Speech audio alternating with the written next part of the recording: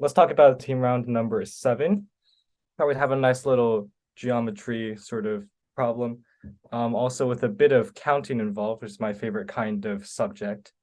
So John wants to cut a 3x3 grid into 4 pieces. So for example, this is one way that you can cut up the grid. You need one 2x2 piece, you need 2 identical 1x2 pieces, and you need one 1x1 piece. So given that rotations are considered different, in how many ways can John cut the grid? All right, this is kind of a lot to think about, especially since I have these 3 different things. I want to select one of those things to focus on first. And what I'm going to choose to do is to first focus on the 2x2 piece. And there's a strategy to doing this.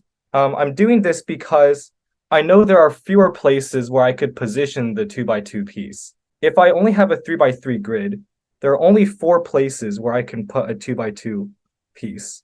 So I can put one here, I can put one here. Let's see, I can put one up here in this corner. And I can also put one up here.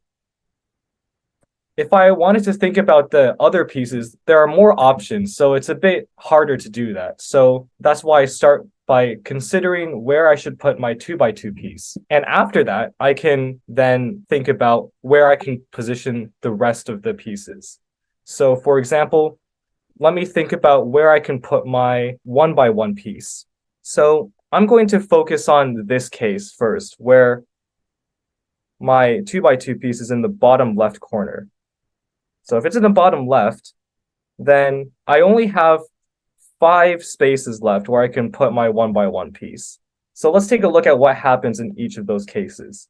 If I choose to put my 1x1 right there, then I can fit my 1x2 pieces like that. So this way to cut up the grid works. And so this counts as one of the different ways I can do it.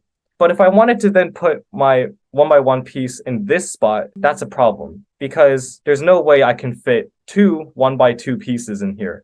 So this does not work. We can also look at this case where I put my 1x1 piece in this corner. And this also works. So far we found 2 cases that work. And if we keep doing this for all 5 of them, this does not work. And finally, if I put my 1x1 in this corner, then I can divide it into 1x2 pieces. So here's what we've learned.